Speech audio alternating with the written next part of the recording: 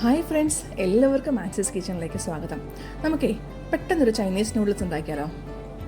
എപ്പോഴൊന്നും ഉണ്ടാക്കാറില്ല, വല്ലപ്പോഴും. അപ്പോൾ ഞാനിവിടെ വൈറ്റ് പാക്കറ്റിലുള്ള ഇൻഡോമിയാണ് എടുത്തിട്ടുള്ളത്. 2 പാക്കറ്റ് എടുത്തിട്ടുണ്ട്.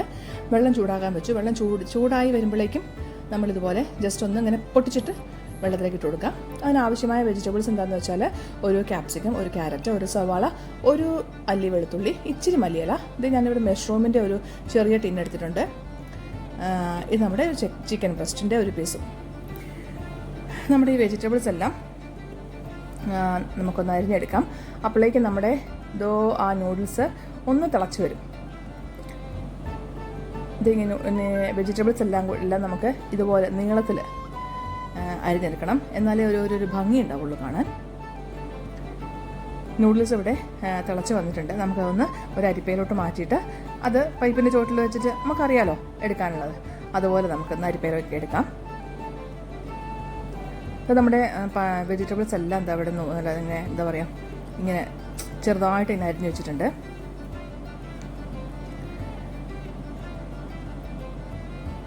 അപ്പോൾ നമ്മുടെ ചിക്കൻ ബ്രസ്റ്റും കൂടി ഞാൻ ഇതുപോലെ ചെറുതാക്കി അരിഞ്ഞ് വെച്ചിട്ടുണ്ട്.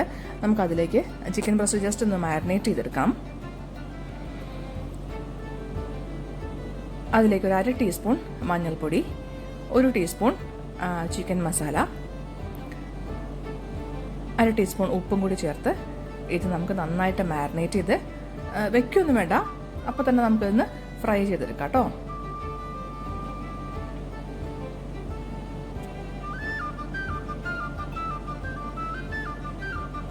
അതിനുവേണ്ടി ഒരു പാൻ ഞാൻ അടുപ്പത്ത് വെച്ചിട്ടുണ്ട്.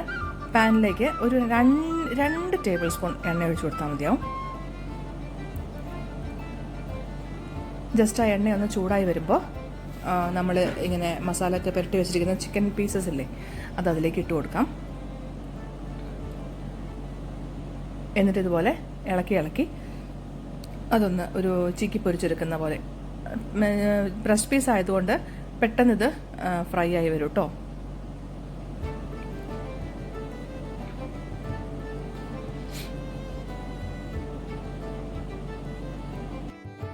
ഇപ്പോൾ നമ്മുടെ ചിക്കൻ പീസ് എല്ലാം നന്നായിട്ട് ഇങ്ങനെ മുരിഞ്ഞ് വന്നിട്ടുണ്ട്.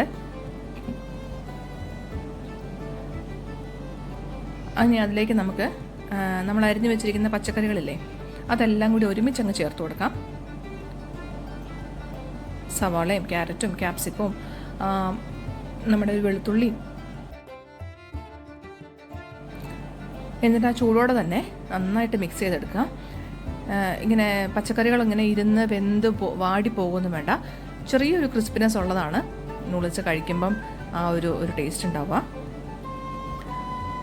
അതിലേക്ക് നമ്മൾ ആ മഷ്റൂമിൻ്റെ, ഞാൻ സാധാരണ ഇങ്ങനെ ടിന്നിലുള്ള മഷ്റൂം ആ കടലയൊക്കെ മേടിക്കുമ്പം അത് വെള്ളത്തിലുള്ളതാണ് ഞാൻ മേടിക്കാറ്. ഓയിലുള്ളത് ഞാൻ മേടിക്കാറില്ല. കാരണം ഓയിലുള്ളത് മേടിക്കുമ്പോൾ നമ്മൾ ചേർക്കുന്ന എണ്ണയും ആ ടിന്നിലുള്ള എണ്ണയും കൂടെ മിക്സായിട്ട് വേറൊരു ടേസ്റ്റ് ആയിരിക്കും ഉണ്ടാവുക. അപ്പം ഇത് അതിനകത്ത് വെള്ളമെല്ലാം ഊറ്റിക്കളഞ്ഞിട്ട് ആ കൂണ് അതിലേക്ക് ചേർത്ത് കൊടുത്തു. പിന്നെ നമ്മൾ 2 പാക്കറ്റ് ഇൻഡോമി അല്ലേ എടുത്തേ, അതിൽ ഒരു പാക്കറ്റിൻ്റെ പകുതി സാധനം ഞാൻ ചേർത്ത് കൊടുക്കാറുണ്ട്, പകുതി ഐറ്റംസ്. അതായത് ആ ഒരു ഓയിലുണ്ട്, അത് ചേർക്കും. അയ്യോ, ഇത് വേണ്ടായിരുന്നു. ഈ സോയാ സോസ് ഞാൻ ചേർക്കാറില്ല. ഈ പാക്കറ്റിലെ സോയാ സോസ് അതിന് വേറൊരു സ്മെല്ലാണ്. പിന്നെ ആ പൗഡറിൻ്റെ ഒരു പാക്കറ്റ് ഉണ്ടല്ലോ, അതിനകത്ത് ഒന്നിൽ പാപ്രിക്ക പൗഡറും ഒരു വെള്ളപ്പൊടിയാണ്. ആ വെള്ളപ്പൊടി ഞാൻ ഒരു നുള്ളിടും.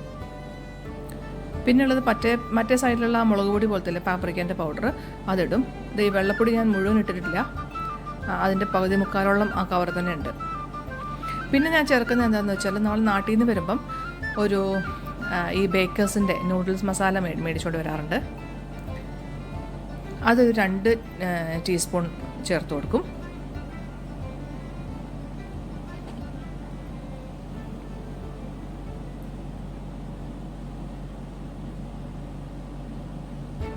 എന്നിട്ട് നന്നായിട്ടത് മിക്സ് ചെയ്ത് കൊടുക്കാം.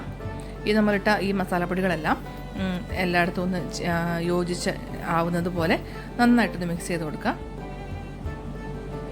അടച്ചു വെച്ച് വേവിക്കൊന്നും വേണ്ട കേട്ടോ. ഇനി നമ്മുടെ കയ്യിലുള്ള സോയാ സോസ്, പാക്കറ്റിലെ സോയാ സോസ് അല്ല, ഈ ബോട്ടിലുള്ള വരുന്നില്ലേ, അത് ഒരു ടേബിൾ സ്പൂൺ ഒഴിച്ചു കൊടുക്കാം. ഈ സമയത്ത് വേണമെന്നുണ്ടെങ്കിൽ നിങ്ങൾക്ക് ഇഷ്ടമാണെങ്കിൽ ഈ ടൊമാറ്റോ സോസ് ചേർക്കാം കേട്ടോ. എനിക്കതിൻ്റെ പുളിപ്പ് ഇഷ്ടമല്ല, അതുകൊണ്ട് ഞാൻ ചേർക്കാറില്ല. കുട്ടികൾ കഴിക്കുമ്പം അവർക്ക് വേണം തോന്നുവാണെങ്കിൽ കഴിക്കാൻ കൊടുക്കുന്ന പ്ലേറ്റിൽ കുറച്ച് ടൊമാറ്റോ സോസ് ഇട്ട് കൊടുക്കും. കുറച്ച് ഞാൻ ഈ നൂഡിൽസ് ഉണ്ടാക്കുമ്പോൾ ഞാൻ അതിലേക്ക് ആഡ് ചെയ്യില്ല. ഇനി ഇതിലേക്ക് നമ്മൾ വേവിച്ച് പച്ചവെള്ളത്തിലൊക്കെ ഇട്ട് അതിൻ്റെ പശപ്പൊക്കെ മാറ്റി വെച്ചിരിക്കുന്ന ആ നൂഡിൽസ് അതിലേക്ക് ചേർത്ത് കൊടുക്കാം. ആദ്യം ഇട്ടപ്പോൾ ഞാൻ കവറിൽ ജസ്റ്റ് ഒന്നിങ്ങനെ പൊട്ടിച്ചല്ലേ ഇട്ടത്, അതുകൊണ്ട് കുട്ടികൾക്ക് ഇങ്ങനെ സ്പൂണിൽ കോരി കഴിക്കുമ്പോൾ ബുദ്ധിമുട്ടുണ്ടാവില്ല. അല്ലെങ്കിൽ ഇതിങ്ങനെ നൂല് പോലെ ഇങ്ങനെ കിടക്കും, അവരിങ്ങനെ സ്പൂൺ ചുറ്റി അവിടെ ഇരിക്കും. അപ്പോൾ നൂഡിൽസ് മാത്രമേ നമുക്ക് വായിലേക്ക് പോവുള്ളൂ, അതിൻ്റെ കൂടെയുള്ള വെജിറ്റബിൾസ് ഒന്നും പോവില്ല. 2 തവി ഉപയോഗിച്ചിട്ടുണ്ടെങ്കിൽ ഇതൊന്നും നന്നായിട്ട് മിക്സ് ചെയ്യാൻ പറ്റുള്ളൂ. ഇപ്പോൾ കണ്ടു, ഇതിൽ കൂടുതലും നമ്മളെ സംബന്ധിച്ചതിൽ കൂടുതലും വെജിറ്റബിൾസും ചിക്കനും മഷ്റൂമും ഒക്കെ ഉള്ളത്. പക്ഷേ കുട്ടികളുടെ കണ്ണിൽ ആദ്യം പെടുക ഈ നൂഡിൽസാണ് പെടുക. അപ്പോൾ അത് വാരി കഴിക്കുമ്പം ഓട്ടോമാറ്റിക്കായിട്ട് ഈ പച്ചക്കറിയും ചിക്കനും മഷ്റൂമും ഒക്കെ അറിയാതെ ഉള്ളിൽ പോയിക്കോളും.